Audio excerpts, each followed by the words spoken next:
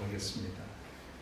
오늘 허락하신 말씀은 시편 1편 1절에서 6절 말씀, 구약성경 905쪽 시편 1편 1절부터 6절 말씀을 공독합니다. 복 있는 사람은 악인의 꾀를 따르지 아니하며 죄인의 길에 서지 아니하며 오만한 자의 자리에 앉지 아니하며 오로지 주님의 율법을 즐거워하며 밤낮으로 율법을 묵상하는 사람이다. 그는 시냇가에 심은 나무가 철을 따라 열매를 맺으며 그 잎이 시들지 아니함 같으니 하는 일마다 잘 될 것이다. 그러나 악인은 그렇지 않으니 한낱 바람에 흩날리는 쭉정이와 같다. 그러므로 악인은 심판받을 때에 몸을 가누지 못하며 죄인은 의인의 모임에 참여하지 못한다. 그렇다. 의인의 길은 주님께서 인정하시지만 악인의 길은 망할 것이다. 이는 하나님의 말씀입니다. 하나님께 감사드립니다.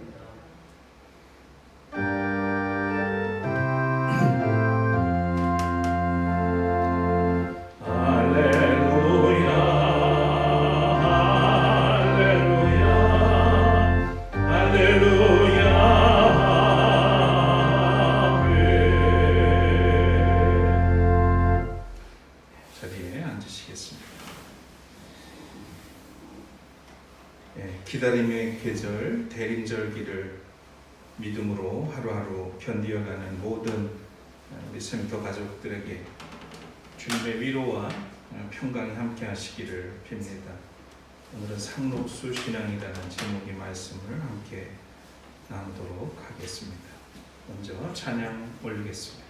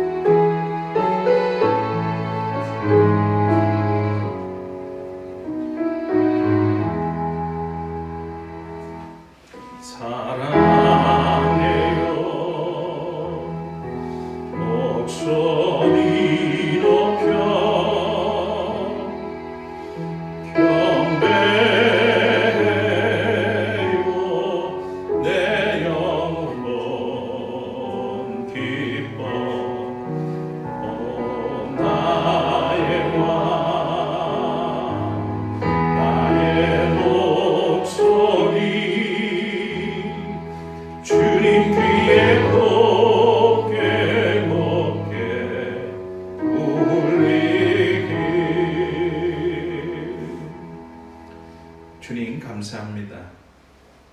이 거룩한 주일에 주님 앞에 또 이 말씀 앞에 저희들을 불러주시고 또 세워주시니 감사합니다.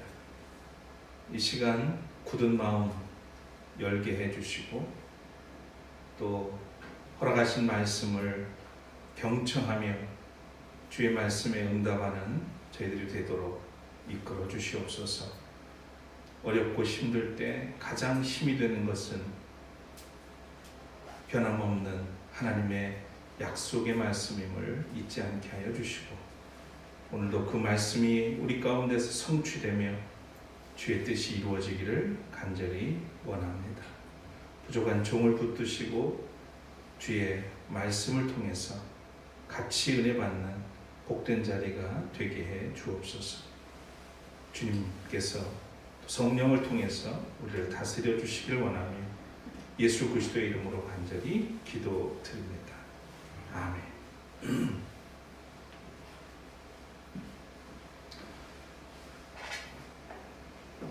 네, 세한도라고 하는 아주 유명한 문인화가 있습니다. 국보 180호로 지정된 작품입니다. 추사 또는 완당, 김정희의 걸작으로 알려져 있죠. 이 작품은 송창근이라고 하는 분이 개인적으로 소장하고 있다가 올해 초에 다른 사료 300여 점과 함께 국가에 기증을 해서 화제가 된 작품이기도 합니다. 세한도라는 말은 논어 자한편에 나오는 세한연후지 송백지후조 한겨울 추운 날씨가 되어서야 소나무 잣나무가 시들지 않음을 비로소 알 수 있다고 하는 그런 말에서 나왔다고 합니다. 풀어보면 사람은 고난을 겪을 때라야 비로소 그 지조의 일관성이나 또 인격의 고귀함이 드러날 수 있다는 그런 뜻입니다. 이 작품은 추사 김정희가 정쟁에서 밀려나서 1840년 제주도로 유배되었을 때에 책을 좋아하지만 책을 구할 수가 없었습니다. 그런데 그때 역관, 그러니까 무역을 담당하는 관료였던 제자 이상적이 젊은 날 이 청나라 유학을 했던 스승의 심정을 헤아리고 청나라 가서 사신으로 갈 때마다 책을 최신 서적들을 구해서 가져다가 한 수레씩 가져다가 주었다고 하죠. 그래서 이 추사 김정희가 그 고마운 마음에 이 그림을 이 세한도를 그려서 전해주게 되었습니다. 그래서 그림 자세히 크게는 안 보이겠습니다만 오른쪽 아래에 보면 오래도록 잊지 말자라고 하는 뜻을 가진 장무상망이라고 하는 인장이 찍혀 있습니다. 이 그림은 초묵법이라 해서 먹을 끈적끈적하게 정도로 갈아가지고 붓으로 한번 찍어서 속도와 그리고 힘의 강약을 조절해서 그리는 아주 보기 드문 그런 기법으로 그린 그림이라고 합니다. 그래서인지 화려한 어떤 또는 아주 정밀한 그런 그림이라기보다는 아주 단순하지만 강직한 느낌이 나는 그림이죠. 이 세한도는 화면에 여백이 아주 많습니다. 그냥 보기만 해도 느껴지는 것은 그야말로 겨울바람이 휩쓸고 간 아주 추운 느낌이 들지요.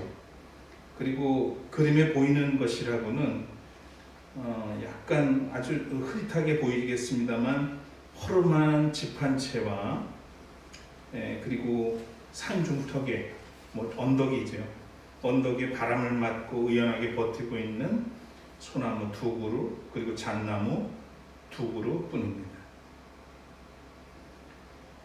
오른쪽 노송은 거의 죽어가는 듯이 보이는데 가지 하나만 생존해서 솔잎이 돋아나 있는 그런 모습을 보입니다. 이 노송이 바로 유배지에서 고독하게 살아가는 추사 자신의 심정을 표현한 것이 아닌가 싶습니다. 한겨울에도 꿋꿋이 서 있는 이 네 그루의 나무는 역경을 견뎌내는 선비의 올곧고 강건한 의지도 느껴지죠. 묵묵히 자기의 길을 걷고 있다는 것을 꿋꿋한 소나무, 즉 상록수로 표현했던 겁니다. 또한 이 그림에는 추사 자신의 그 의지와 또 변치 않는 제자에 대한 사랑도 담겨져 있습니다. 저는 이 작품을 보면서 어목한 시절에 그리스도인의 믿음의 절개를 떠올리게 됐습니다. 하나님 앞에서 살아가는 성도의 삶이란 때로 쓸쓸하고 고독합니다. 그러나 꼿꼿하고 늘 푸르게 사는 것이 아닐까 그런 생각을 하게 되는 것이죠. 우리의 신앙에는 낙엽수 신앙이 있고 상록수 신앙이 있습니다. 낙엽수 신앙은 나무가 잘 자라다가 가을이 오면 잎이 마르고 떨어지는 것처럼 신앙생활을 잘 하다가도 마음이나 환경에 변화가 생기면 낙심하고 방황하는 그런 신앙을 말합니다.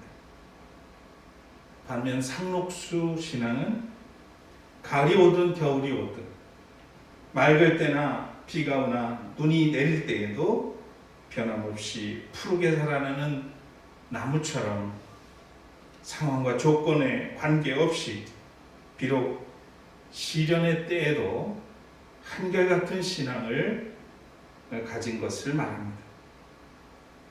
여러분 생각에 어떤 신앙이 하나님께 기쁨이 될까요? 어떤 신앙이 복된 신앙이라고 생각하십니까? 왕관 쓴 바이러스, 코로나19 감염병이 온 세상을 뒤덮어버린 후 변화의 소용돌이 속에 살아가고 있는 지금 우리는 어떤 신앙이 필요할까요? 상록수 신앙은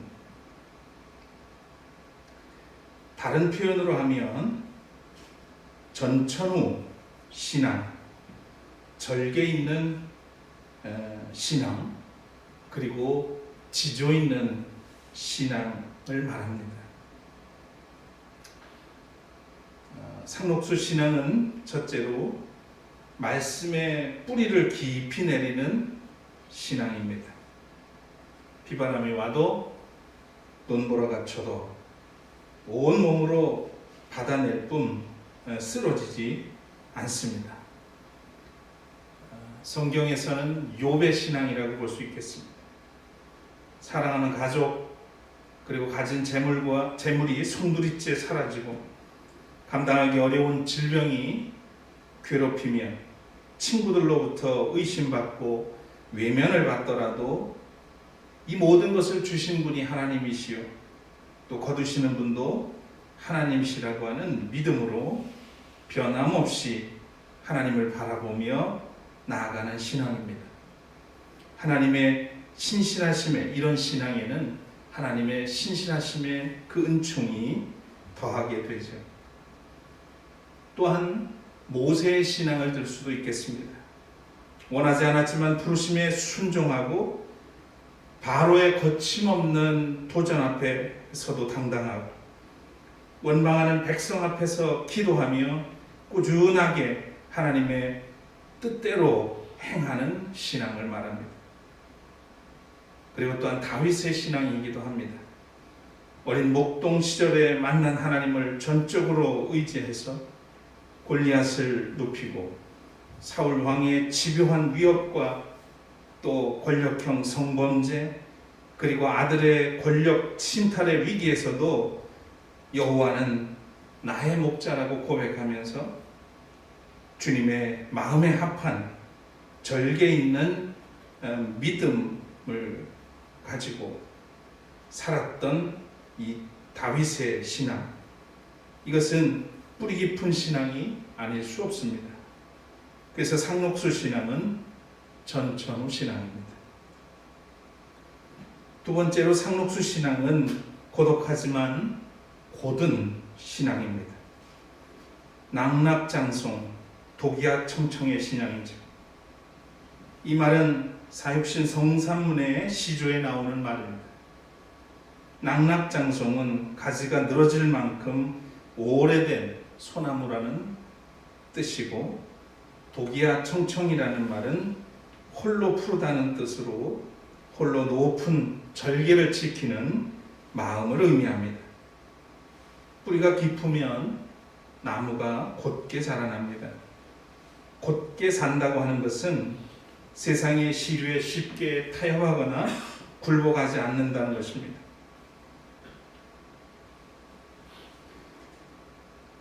저도 좀 살면서 느끼는 겁니다만 곧고 바르게 살면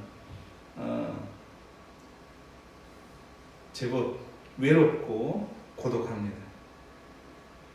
대부분의 사람들은 크고 넓은 길을 좋아하기 때문에 좁은 길로 가는 사람과 동행하는 사람은 별로 없습니다. 예수의 길은 고독한 길입니다. 제자들이 모두 떠나고 주님은 홀로 골고다 언덕을 십자가를 지고 오르셨습니다. 그리고 거기에 달려서 죽임을 당하셨죠. 좁디 좁은 길이었습니다. 고독한 길이었습니다. 그러나 하나님의 뜻이 있었기에 올곧게 걸어가셨던 그 길입니다. 비록 삶이 고단하고 마침내 죽음에 이르는 길일지라도 아버지의 뜻을 위해, 사명을 위해서 곧게 나아가는 신앙이 바로 상록수 신앙입니다. 상록수 신앙은 세 번째, 언제나 생명력이 있는 신앙입니다. 뿌리가 깊고 줄기가 곧으면 가지의 잎사귀는 무성할 것입니다. 시절을 따라 열매를 맺고 어떤 상황에서도 시들지 않을 것입니다. 상록수 신앙은 그런 의미에서 다니엘의 신앙입니다. 다니엘은 하나님의 은혜를 입어서 당시 바벨론의 박사들보다 10배나 능력이 있었습니다. 그가 바벨론의 포로로 끌려갔던 소년 시절에 하나님께 뜻을 정한 후 노년에 이르기까지 오랜 세월이 지나고 환경과 왕권이 바뀌었어도 한결같이 예루살렘을 향한 순수한 신앙을 지켰습니다. 그의 생애 가운데 절정은 사자굴 사건일 겁니다. 30일 동안 다리오 왕 외에 다른 신에게 기도하면 사자굴에 쳐넣는다는 압법이 발효되었지만 전혀 타협하지 않은 다니엘의 모습을 봅니다. 또 목숨을 걸고 평소처럼 창문을 열어놓은 채 보란듯이 기도했던 다니엘의 모습, 그야말로 상록수 신앙의 모본입니다. 그래서 다니엘서 6장 10절에 보면 이렇게 기록되어 있습니다. 다니엘은 왕이 금령 문서에 도장을 찍은 것을 알고도 자기의 집으로 돌아가서 다락방으로 올라갔다. 그 다락방은 예루살렘 쪽으로 창문이 나 있었다. 그는 늘 하듯이 하루에 3번씩 그의 하나님께 무릎을 꿇고 기도하며 감사를 드렸다. 목숨이 담보가 되어도 타협하지 않는 불굴의 신앙, 그 믿음을 보시고 그와 세 친구의 생명을 보존하시는 하나님, 그리고 다니엘의 상록수 신앙은 페르시아의 고레스 왕에게 인정을 받고 백성과 함께 바벨론 포로에서 예루살렘으로 귀환하는 역사의 주인공이 됩니다. 여러분, 나무는 잎을 보면 상태를 압니다. 만일 나무의 잎이 마른다면 그것은 병이 들거나 죽어가는 것입니다. 병든 신앙은 그의 말과 행동을 통해 알 수 있습니다. 생명력이 없는 신앙은 내적으로 또 영적 성장이 없습니다. 남 탓을 하고 거짓말을 합니다. 책임 전가를 하고 비방과 비난과 원망을 서슴없이 합니다. 자기만 옳습니다. 교회는 다녀도 이기적 자아를 넘어서지 못하고 자신의 행복과 만족을 위해서 살아갑니다. 상록수 신앙의 생명력은 안에서 밖으로 향합니다. 주님을 기쁘게 하는 것입니다. 누군가에게 그늘이 되어주는 것입니다. 풍성한 열매로 이웃을 풍성하게 하는 것입니다. 오늘 시편, 본문 시편 1편 3절을 함께 읽어보시겠습니다. 같이 읽습니다. 그는 시냇가에 심은 나무가 철 따라 열매를 맺으며 그 잎이 시들지 아니함 같으니 하는 일마다 잘 될 것이다. 그 사람이 상록수와 같이 질긴 생명력을 가지고 많은 열매를 거두며 주님의 은혜로 모든 일이 잘 되는 복된 인생이 될 것이라고 말합니다. 여기서 그 사람, 어떤 사람이 그렇다는 말인가? 2절을 보면 오로지 주님의 율법을 즐거워하며 밤낮으로 율법을 묵상하는 사람이다 라고 합니다. 날마다 밤낮으로 주님의 말씀을 묵상하는 사람, 주님을 사모하여 그의 말씀을 읽고 깨달은 것을 마음에 품고 기도를 올리는 사람, 주님과 동락하는 사람입니다. 바로 이 사람이 복받을 사람, 참 믿음의 사람이라는 겁니다. 주님의 말씀을 중심으로 사는 사람은 결코 함부로 살지 않습니다. 1절을 보면 복 있는 사람은 악인의 꾀를 따르지 아니하며 죄인의 길에 서지 아니하며 오만한 자리에 앉지 아니하며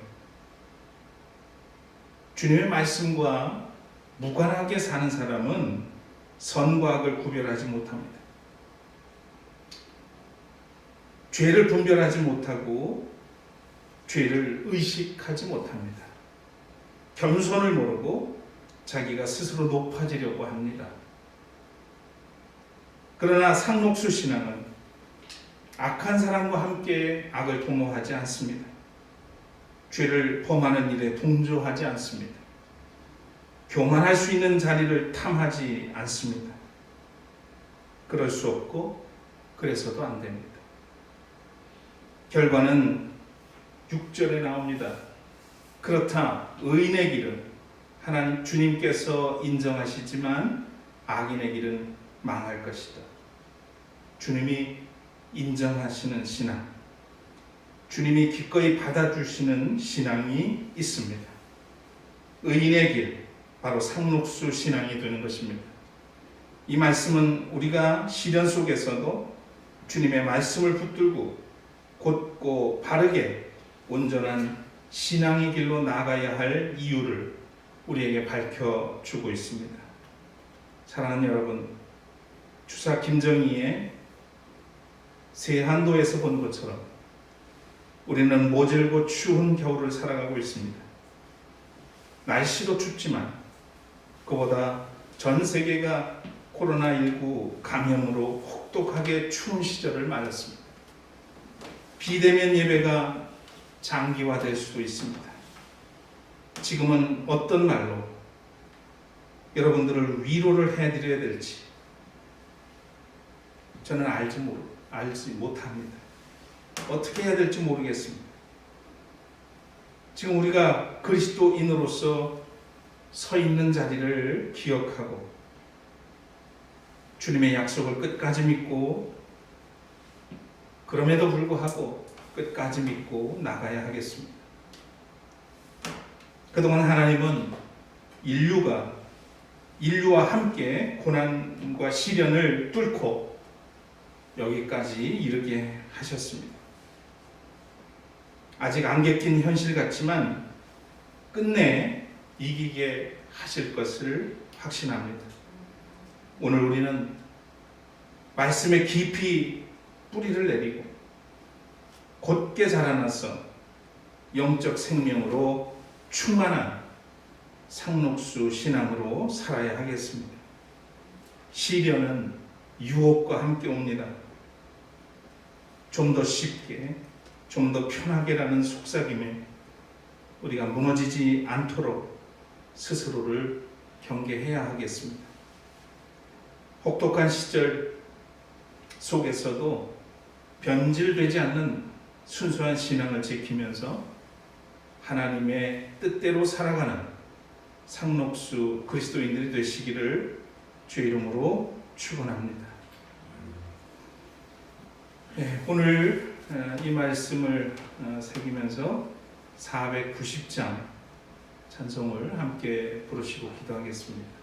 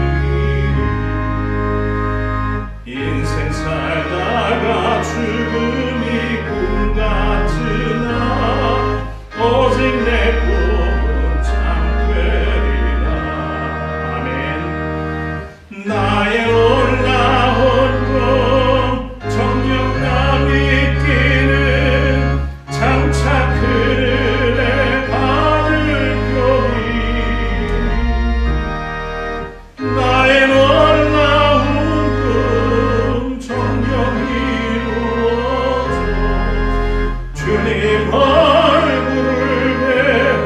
우리가 3절 한 번 더 하겠습니다. 세상 풍조는 세상 풍조 하나님 변하여도 나는 내 믿음 지키리. 인생 살다가 죽음이 꿈 같으나 오직 내 꿈은 참되리라. 나의 놀라운 꿈 정령나 믿기는 장차 그네 받으려니.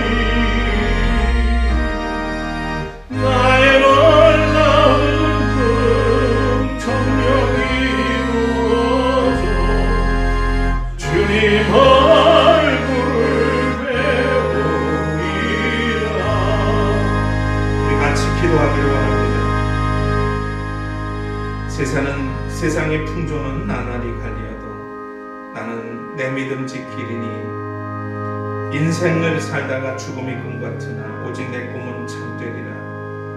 하나님의 약속을 믿고 어떤 상황이 내 앞에 펼쳐진다 하더라도 주님의 뜻을 붙들고 주님의 말씀으로 의지하고 살겠습니다. 이런 고백이 우리에게 있을 때 상록수 신앙의 열매를 우리가 삶 가운데서 얻게 되리라고 믿습니다. 시절을 따라서 철을 따라서 열매를 맺고 또 잎사귀가 마르지 아니하고 언제나 놀라운 생명력으로 하나님의 역사를 이루어가는 하나님의 사랑. 비록 혹독한 시절이지만 하나님은 여전히 그런 사람들을 찾으시고 그런 사람들을 기억하시고 신실하신 하나님께서 그들과 함께 일하시는 것을 우리는 믿습니다. 그것이 우리의 꿈이 되어야 합니다. 눈앞의 이익을 따르고 좀 내게 주어지는 어떤 손에 잡히는 것만 붙들고 살려고 하는 그런 얄팍한 신앙이 아니라, 낙엽수 신앙이 아니라 변치 않는 어떤 상황 속에서도 하나님을 굳게 의지하고 따르는 상록수 신앙으로 살고자 주님 앞에 이 시간 함께 고백하고 결단하며 나아가는 시간이 되었으면 좋겠습니다. 함께 기도드리겠습니다.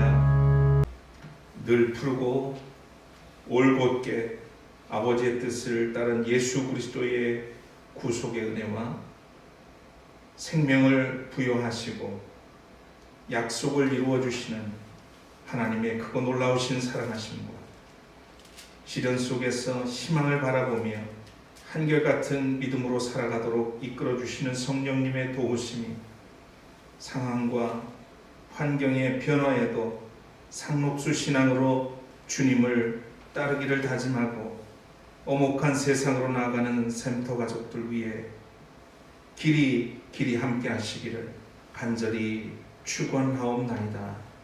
아멘.